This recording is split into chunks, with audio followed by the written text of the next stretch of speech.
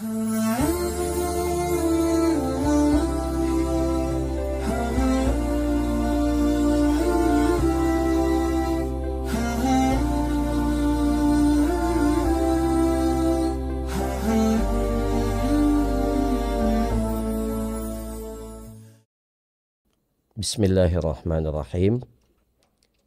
Assalamualaikum warahmatullahi wabarakatuh.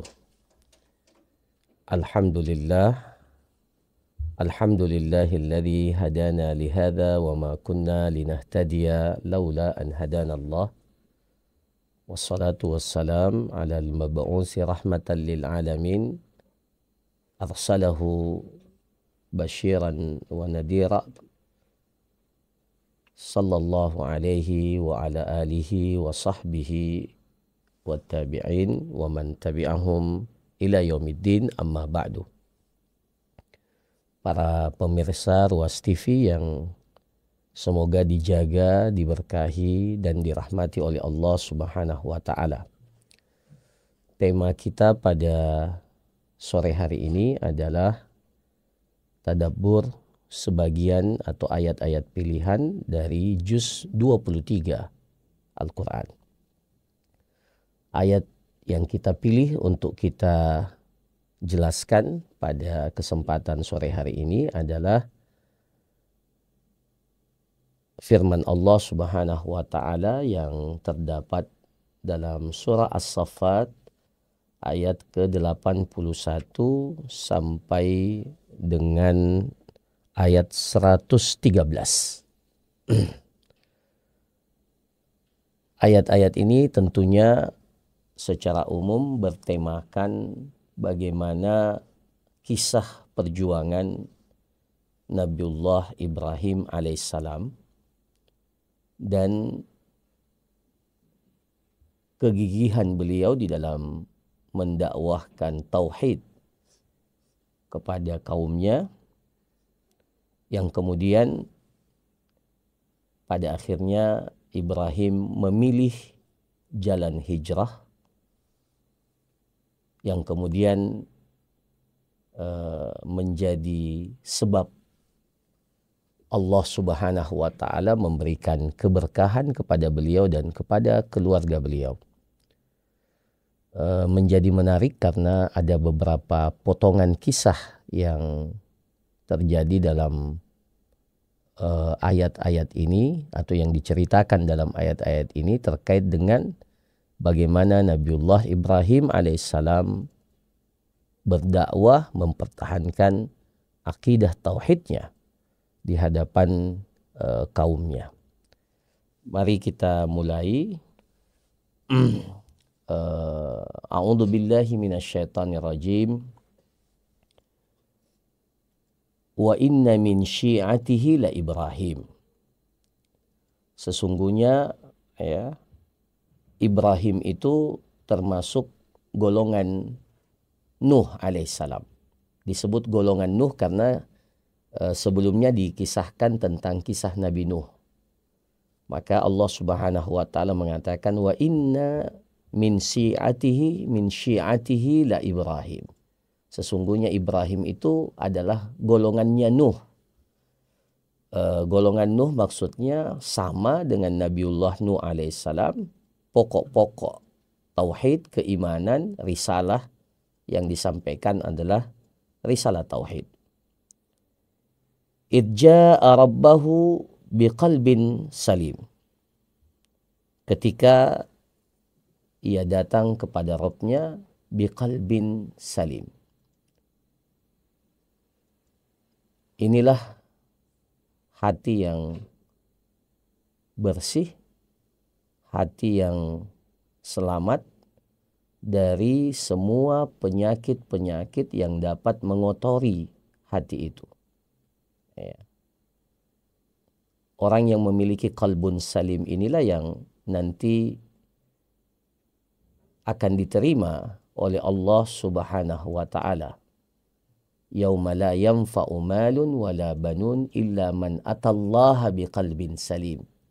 Pada hari kiamat nanti tidak lagi bermanfaat harta yang kita miliki, tidak lagi bermanfaat keturunan yang mungkin di kehidupan dunia kita bangga-banggakan, kecuali ketika orang itu datang kepada Allah biqalbin salim. Nah, salah satu pemilik qalbun salim itu adalah Ibrahim alaihissalam. Ya. Karena Allah mentazkiyah, idh ja'a rabbahu biqalbin salim. Selamat dari penyakit-penyakit yang dapat mengotori hati tersebut. Sehingga betul-betul hati tersebut itu menjadi tempat yang pantas untuk benih-benih keimanan kepada Allah Subhanahu wa ta'ala. Kemudian idh qala li abihi wa qaumihi madza ta'budun. Kisah ini bermula dari pertanyaan ini.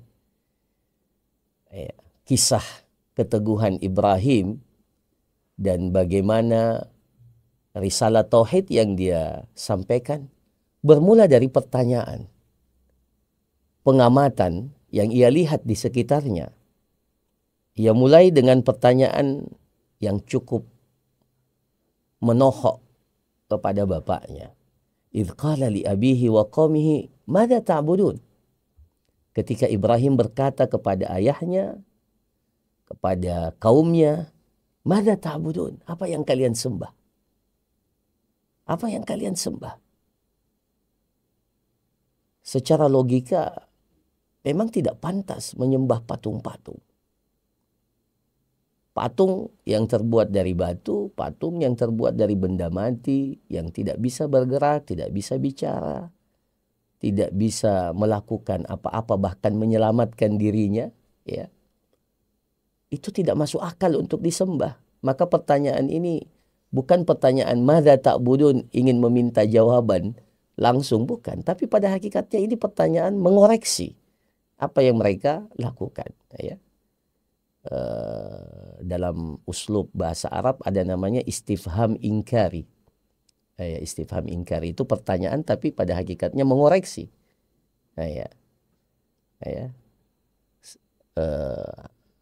Jadi sebenarnya idh qala li abihi wa qaumihi madza ta'budun, kalau mau diartikan dengan uslub istifham inkari, maka maknanya itu ketika Ibrahim berkata kepada bapaknya, kepada ayahnya, dan kepada kaumnya, ini yang kalian sembah ini salah sebenarnya.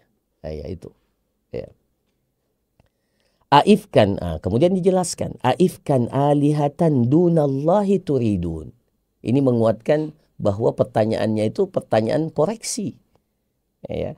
Aifkan alihatan dunallahi turidun. Ya. Kenapa kalian menyembah, ya, menghendaki kebohongan dengan sembahan selain Allah itu? Ya, aifkan itu kebohongan. Ini dusta, ini kebohongan. Ya, aifkan alihatan dunallahi turidun. Kalian menyembah Tuhan selain Allah yang kalian maksudkan untuk kalian sembah. Padahal ini kebohongan, dusta, tidak ada. Apa yang kalian lakukan ini kedustaan. Ya. Jadi ini menguatkan, ya, koreksi daripada Nabiullah Ibrahim terhadap apa yang dilakukan oleh kaumnya.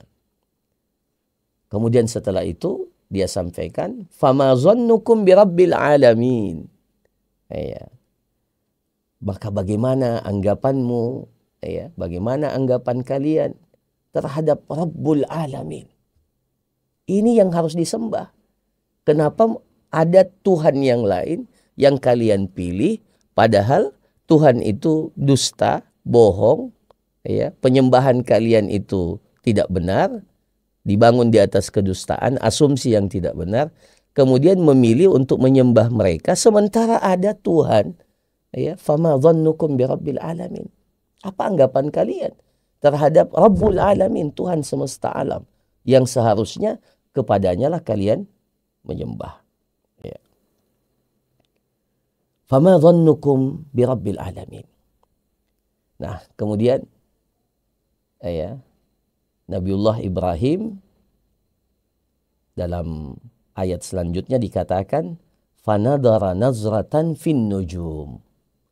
Kemudian Nabiullah Ibrahim ya memandang sekilas, fanadara nazratan fin nujum, memandang sekilas ke bintang-bintang.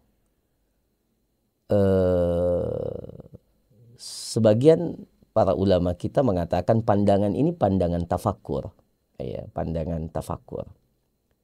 Jadi memang kita diperintahkan untuk bertafakur dengan melihat kepada alam semesta, ciptaan Allah yang luar biasa ini.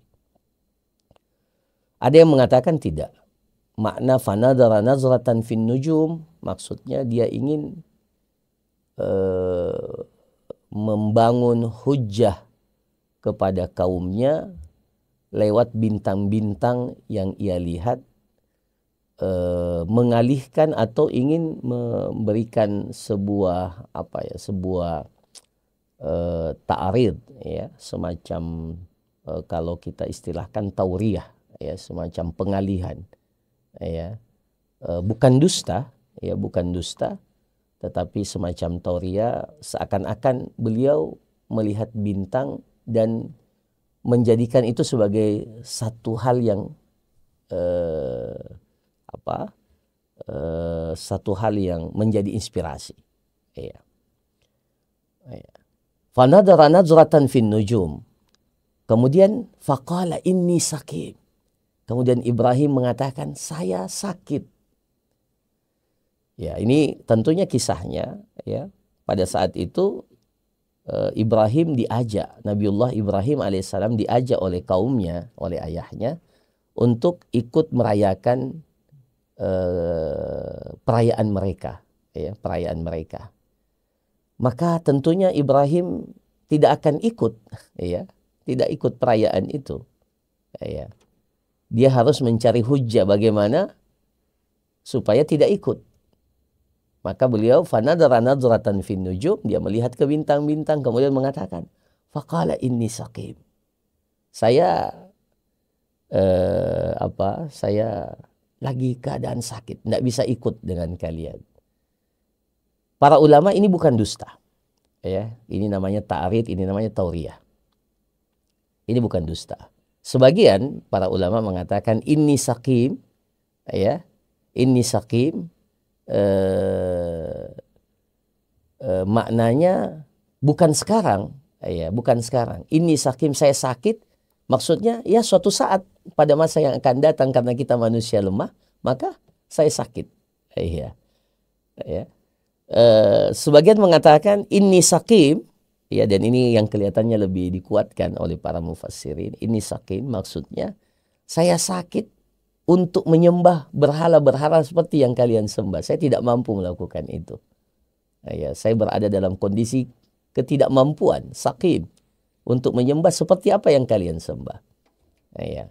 Jadi ini salah satu uslub, ya, dalam bahasa Arab yang disebut dengan ta'arid atau tauriyah, di mana kita menjawab pertanyaan yang maksud kita berbeda dengan apa yang mungkin difahami oleh penanya, ya, seperti Rasulullah Sallallahu Alaihi Wasallam dalam satu peperangan, ya, dalam satu peperangan bertemu dengan musuh, ya, dan kita tahu peperangan itu adalah tipu muslihat, tipu daya. Maka ketika mata-mata musuh itu mengatakan kepada Rasulullah SAW, min aina antum, kalian ini dari mana? Ya, kalian ini dari mana? Rasulullah katakan minal ma, dari air. Ya, dari air. Ya, Rasulullah tidak menjelaskan, ya, asalnya, ya, tetapi Rasulullah mengatakan minal ma, ya, karena memang kita semua berasal dari satu cairan yang hina, mimma immahin, ya. Nah, ini salah satu bentuk tauriyah, ya. Nah, jadi Ibrahim mengatakan faqala inni sakim, saya tidak bisa ikut kepada kalian, bersama dengan kalian, karena saya berada dalam keadaan sakit. Ya. Fatawallau anhu mudbirin, ya, maka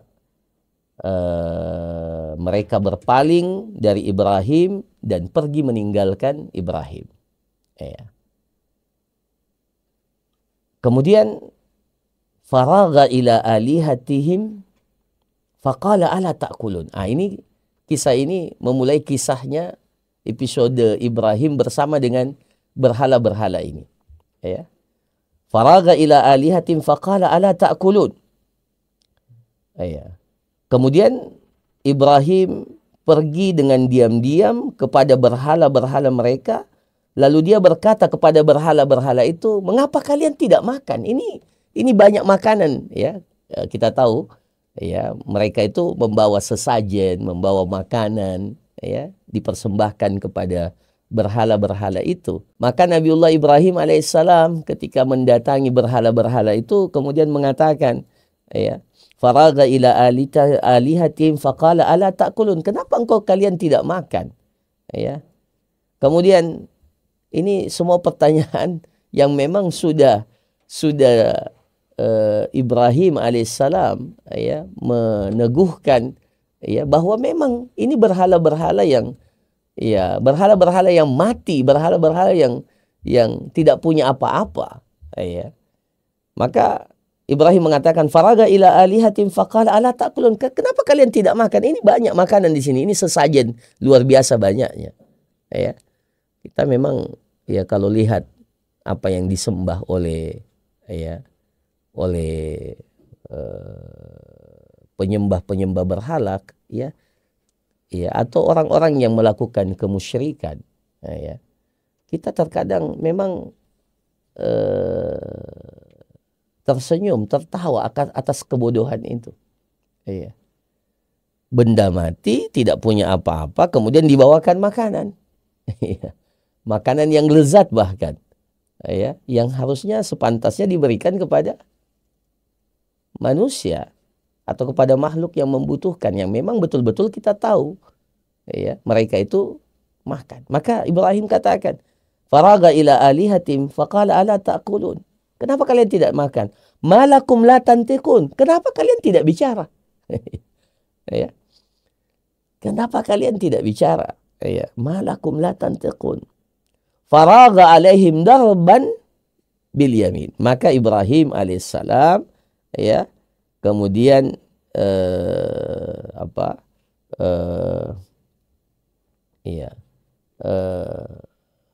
lalu dikatakan, ya, faragha alaihim darban bil yamin.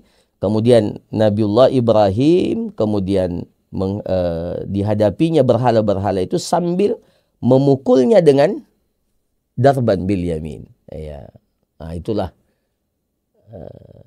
kisah di mana Ibrahim memulai menghancurkan berhala-berhala itu. Ini kemungkaran yang besar yang harus dihilangkan.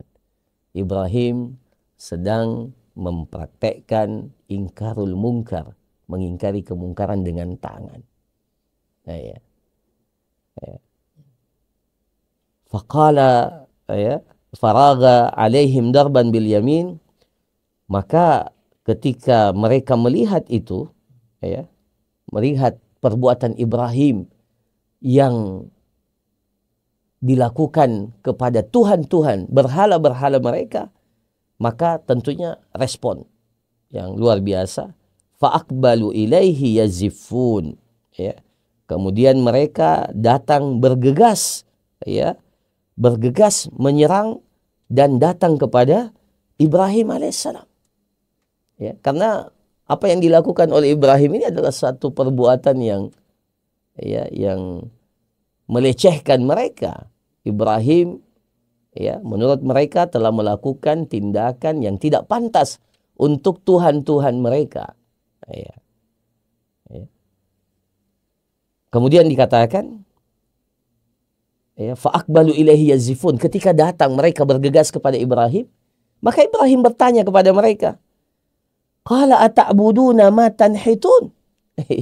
Ata'buduna ma tanhitun. Ibrahim berkata kepada kaumnya, ya, apakah kalian menyembah patung-patung yang kalian pahat sendiri? Ya, yang kalian pahat sendiri. Ini mengingatkan kita kepada kisah kaum musyrikin di masa jahiliyah yang sebagian dikisahkan Bahkan dikisahkan kalau tidak salah oleh sahabat Umar bin Khattab, bagaimana mereka membuat berhala, membuat Tuhan dari tepung, ya, dicampur kurma, yang mereka kemudian, ya kan kebiasaan orang Arab jahiliyah itu kalau mereka sudah bosan dengan Tuhan yang lama, mereka berkreasi lagi buat Tuhan yang baru. Buat Tuhan yang baru. Nah, mereka kreasi apa saja yang kelihatannya mereka. Batu saja bagi mereka itu kalau ada dapat batu yang baru, itu lagi yang dijadikan sebagai Tuhan. Iya, karena bosan dengan Tuhan yang lama. Luar biasa. Tuhan dijadikan sebagai ajang kreasi. Nah, jadi dalam riwayat dikatakan, ya kami membuat Tuhan kami, ya, dari tepung, dari kurma. Kemudian ketika kami lapar, kami makan Tuhan kami.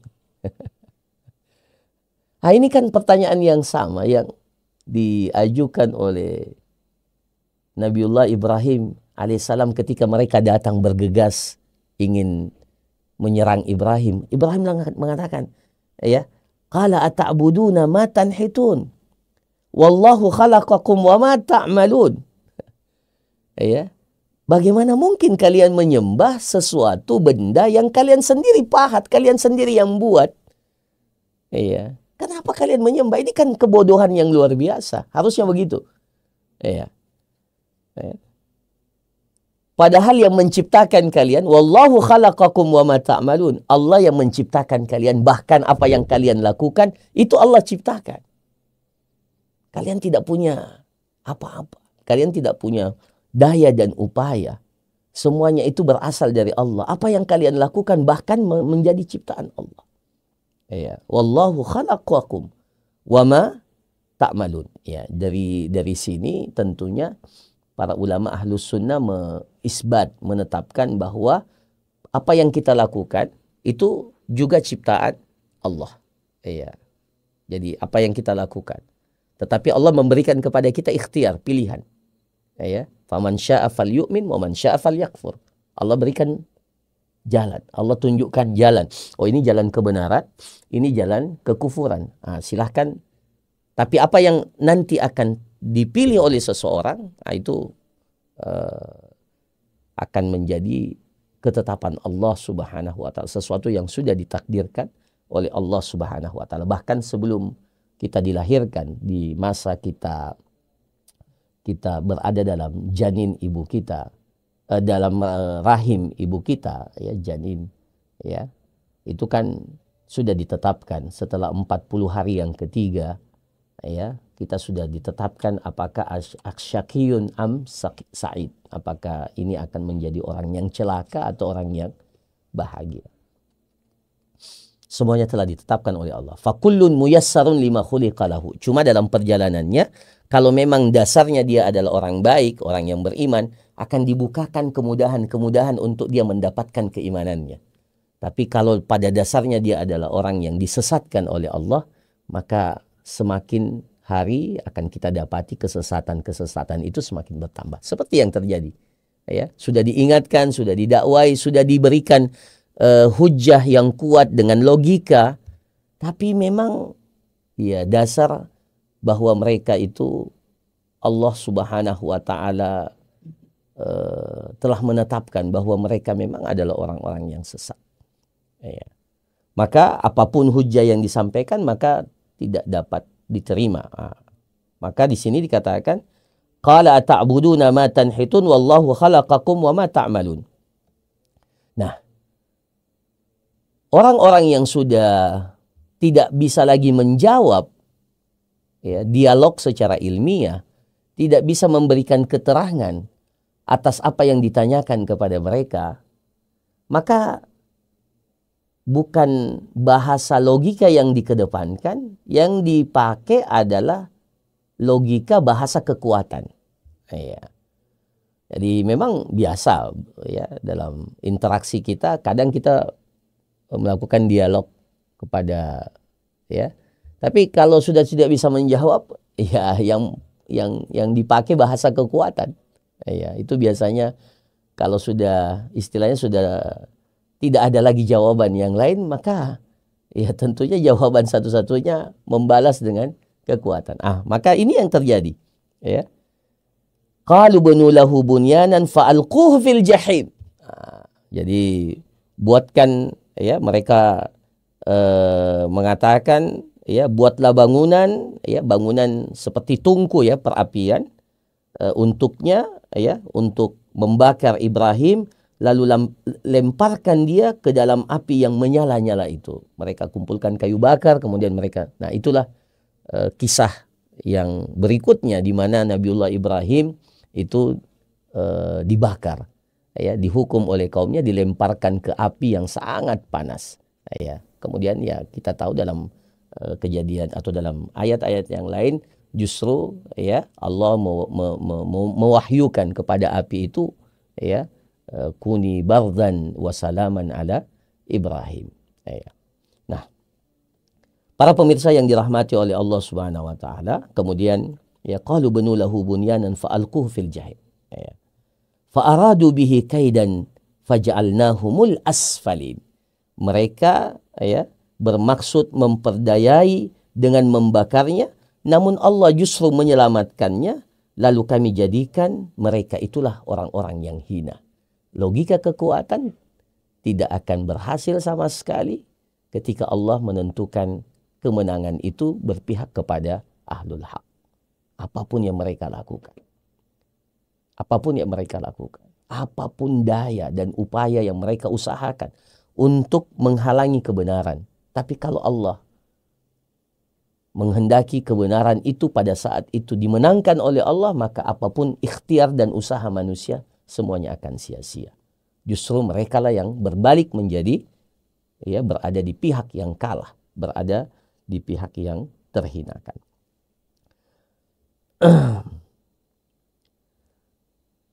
Satu episode berakhir dari perjalanan dakwah Ibrahim alaihissalam dan keteguhan beliau dalam memperjuangkan nilai-nilai tauhid kepada Allah. Maka episode kedua dimulai lagi dalam kehidupan beliau. Beliau menetapkan akan hijrah. Wa qala inni dhahibun ila rabbi sayahdin. Ya.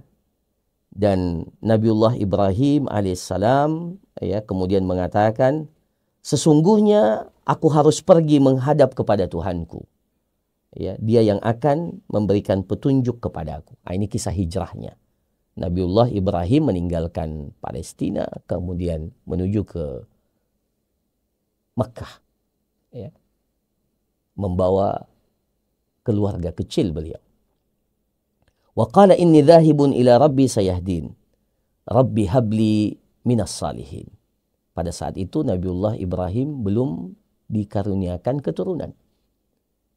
Maka beliau meminta kepada Allah, Rabbi habli minas salihin. Ya Tuhanku, anugerahkan kepada aku seorang anak minas salihin. Ini kisah berikutnya di mana Nabiullah Ibrahim merindukan mendapatkan seorang anak yang akan meneruskan risalah tauhid yang beliau telah sampaikan. Dakwah ini butuh orang-orang yang menguatkan. Butuh pengikut, butuh orang yang mewariskan, ya, dakwah ini.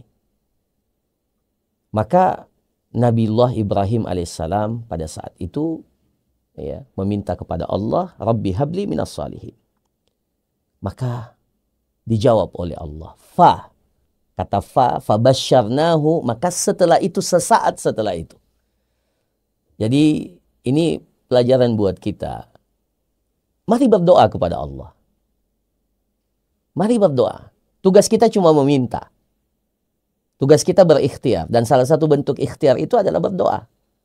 Maka coba lihat responnya itu langsung. Fabasyarnahu. Maka sesaat itu. Setelah itu. Sesaat setelah itu. Kami beritahukan kepada Ibrahim. Fabasyarnahu bighulamin halim. Ya. Nabiullah Ibrahim mengatakan, Rabbi habli minas salihin. Jadi ketika meminta, ya Allah berikan kepada aku keturunan yang saleh. Ya, jadi kalau kita meminta kepada Allah, jangan meminta, ya Allah berikan saya keturunan. Langsung, keturunan yang saleh. Ya. Nah, maka Allah jawab, fabasyarnahu bigulamin halim. Maka kami beritahukan kepada Nabiullah Ibrahim alaihissalam bahwa kami akan memberikan kepadamu keturunan anak yang sangat penyabar, halim. Para ulama kita mengatakan inti daripada akhlak itu pada al-hilmu, pada ketabahan. Jadi kalau semua akhlak baik itu mau dikumpulkan, maka akhlak yang baik itu terkumpul pada al-hilm. Dan itulah yang dimiliki oleh Ismail alaihissalam, seperti yang akan terjadi dalam kisahnya. Fabasyarnahu bigulamin halim. Maka kami beritahukan berita gembira kepada Nabiullah Ibrahim alaihissalam akan mendapatkan keturunan seorang anak yang memiliki sifat kesabaran.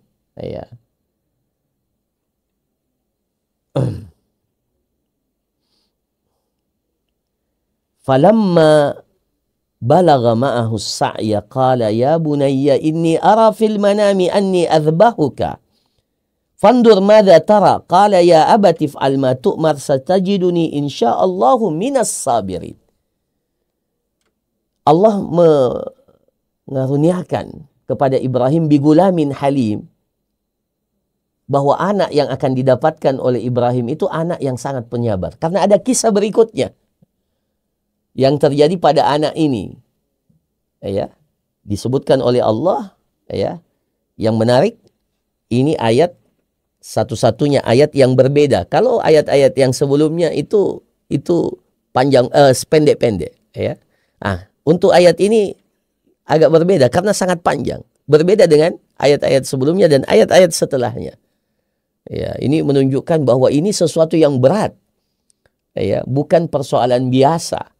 Bayangkan anak yang sudah dinantikan kehadirannya sangat lama.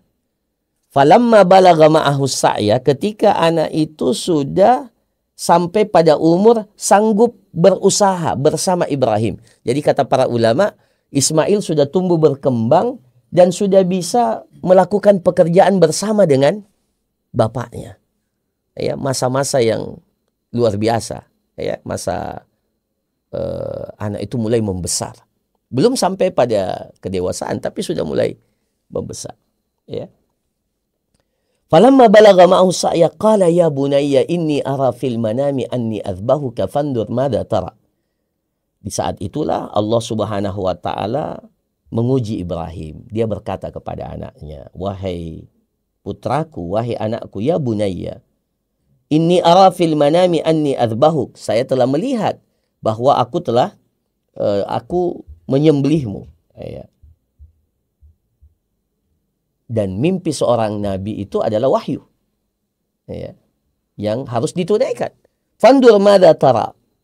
Maka Ibrahim meminta pendapat anaknya. Fandur madza tara. Apa pendapatmu dengan wahyu ini, dengan perintah ini? Maka dengan respon yang cepat, qala ya abati fa'al ma tu'mar.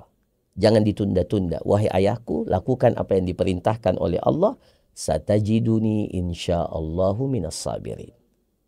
Itulah sebabnya Allah katakan bigulamin halim. Kenapa? Karena kisah kesabaran itu akan teruji setelah itu. Satajiduni insyaallahu minas sabirin. Lakukan segera apa yang diperintahkan oleh Allah. Ini wahyu Allah, tidak boleh ditunda-tunda. Pasti engkau mendapatiku termasuk orang-orang yang sabar. Falamma aslama wa tallahu lil jabin. Maka ketika keduanya telah berserah diri, jadi falamma aslama. Jadi bukan hanya Ismail yang menyerahkan dirinya, dua-duanya. Ibrahim juga menyerahkan diri. Falamma aslama. Kenapa dikatakan menyerahkan diri? Karena ini sesuatu yang berat. Secara logika tidak mungkin seorang ayah akan tega menyembelih anaknya. Maka diperlukan kepasrahan, diperlukan ketundukan, diperlukan totalitas, ketaatan kepada Allah. Falamma aslama wa tallahu lil jabin, dan dia Ibrahim telah membaringkan anaknya atas pelipisnya, atas pelipisnya. Jadi dikatakan wa tallahu lil jabin karena Ibrahim tidak rela, jadi dia baringkan anaknya sambil membungkuk, jadi pelipisnya ini yang menyentuh, karena dia tidak ingin melihat wajah anaknya. Dia tidak ingin, namanya seorang bapak tidak mungkin Dia menyembelih sementara dia melihat wajah anaknya. Iya. Iya. Tidak mungkin. Iya. Maka watallahu lil jabin. Maka ya, pada saat kepasrahan keduanya memuncak kepada Allah, Ismail yang pasrah untuk disembelih oleh ayahnya, Ibrahim yang pasrah untuk menunaikan apa yang diperintahkan oleh Allah. Itulah puncak kepasrahan. Maka pada saat itu wanadainahu ayya Ibrahim. Ya, kami panggil dia, wahai Ibrahim. Wanadainahu ayya Ibrahim qad saddaqta ru'ya inna kadzalika najzil muhsinin. Engkau telah membenarkan mimpi itu, melaksanakan apa yang diperintahkan dalam mimpi itu.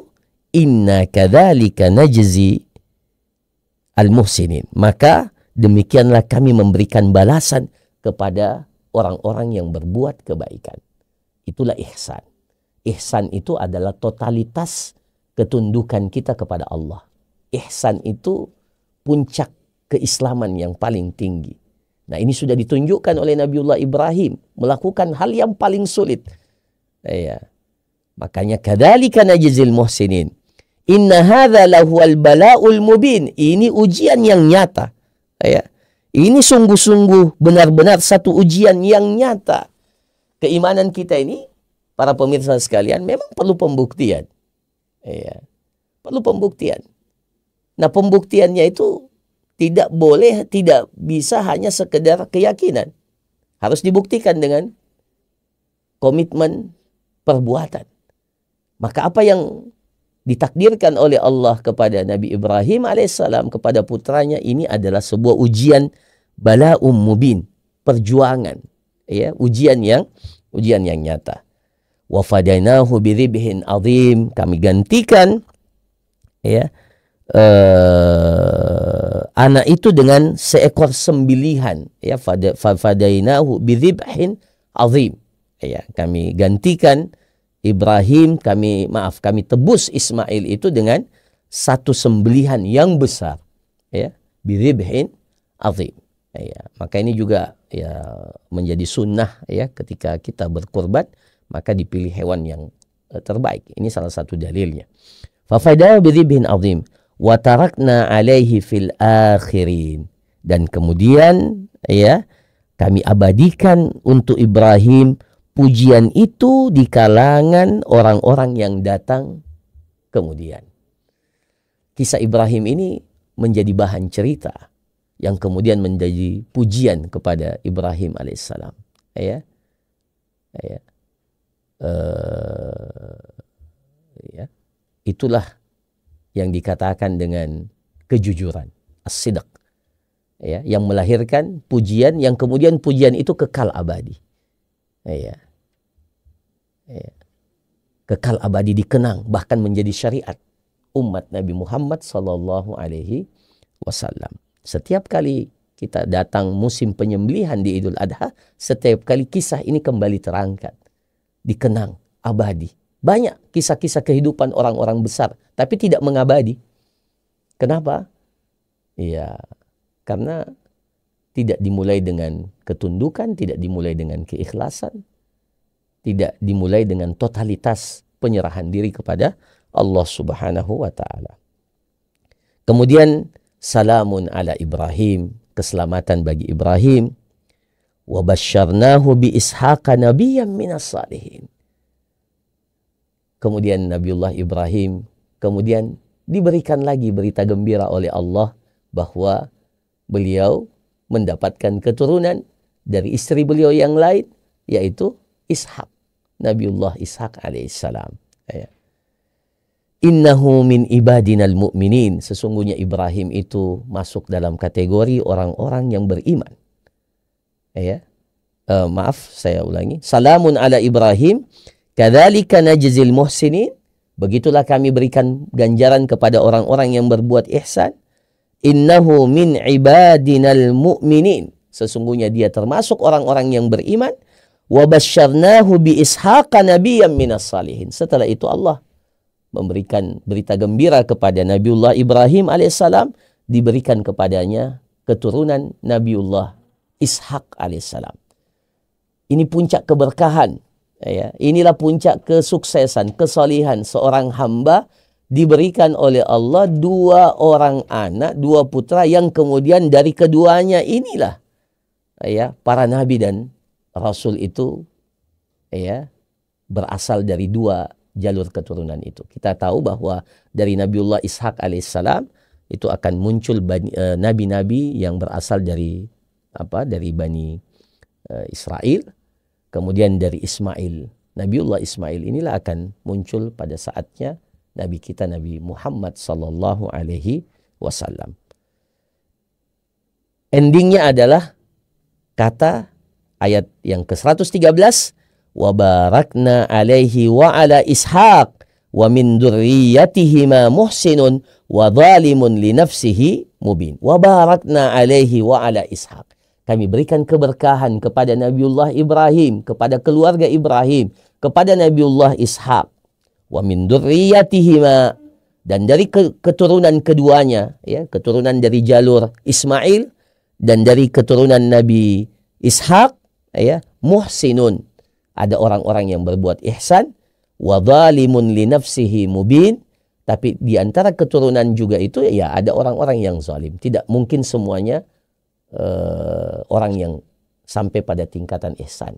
Pasti ada yang juga melakukan perbuatan-perbuatan zalim. Tapi intinya wa barakna alaihi wa ala Ishaq. Ini ending dari kisah ini. Jadi kalau kita ingin keberkahan, ya, keberkahan. Ibrahim mengajarkan bagaimana proses keberkahan itu datang kepada beliau, kepada keluarga beliau. Ada pada komitmen ketauhidan kita kepada Allah, dakwah kita tanpa mengenal lelah, keikhlasan kita dalam berjuang, tidak pantang mundur, tidak takut, ya, siap menghadapi resiko. Kemudian yang kedua, hijrah. Hijrah. Inni dzahibun ila rabbi sayahdin. Pada akhirnya kita akan kembali kepada Allah. Maka hijrah kepada Allah. Kemudian ketundukan, kepasrahan, kesabaran dalam menjalani setiap perintah Allah. Itulah bibit-bibit keberkahan yang apabila kita realisasikan dalam diri kita, maka Allah akan memberkahi kita, memberkahi keluarga kita. Saya kira demikian apa yang dapat disampaikan pada kesempatan tadabbur kita pada sore hari ini. Mudah-mudahan bermanfaat. Barakallahu fikum wa jazakumullahu khairan. Subhanakallahumma rabbana wa bihamdik nasyhadu an la ilaha illa anta nastaghfiruka wa natubu ilaik. Wa sallallahu ala nabiyyina Muhammad wa ala alihi wa sahbihi ajma'in. Wa akhiru da'wana anil hamdulillahi rabbil alamin. Assalamualaikum warahmatullahi wabarakatuh.